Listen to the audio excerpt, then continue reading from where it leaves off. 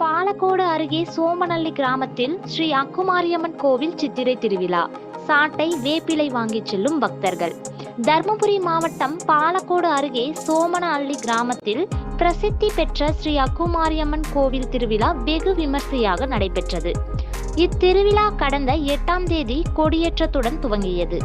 இன்று அதிகாலை முதலே அம்மனுக்கு பல்வேறு திரவியங்களால் அபிஷேகம் மற்றும் ஆராதனை செய்யப்பட்டு சிறப்பு அலங்காரத்தில் அம்மன் காட்சி தந்து அருள் புரிந்தார். 12 கிராம மக்கள் ஒன்றிணைந்து அம்மனுக்கு கூழ் ஊற்றியும், அம்மன் தலை கூடுதல், மாவிளக்கு ஊர்வலம், பூங்கரகம் எடுத்தும், பக்தர்கள் அழகு குத்தி, பால் குடம் எடுத்தும், பல்வேறு சாமி வேடங்கள் அணிந்து அம்மனுக்கு ஆடு, கோழி, கிடா ஆகியவற்றை பலியிட்டும் நேர்த்தி கடன் செலுத்தினர். கோவிலுக்கு வந்திருந்த பக்தர்கள் சாட்டை அடி வாங்கியும் வேப்பிலை சாட்டை தங்களது வீட்டிற்கு வாங்கி சென்றனர். மேலும் பக்தர்களுக்கு அன்னதானம் மற்றும் நீர்மோர் வழங்கப்பட்டது.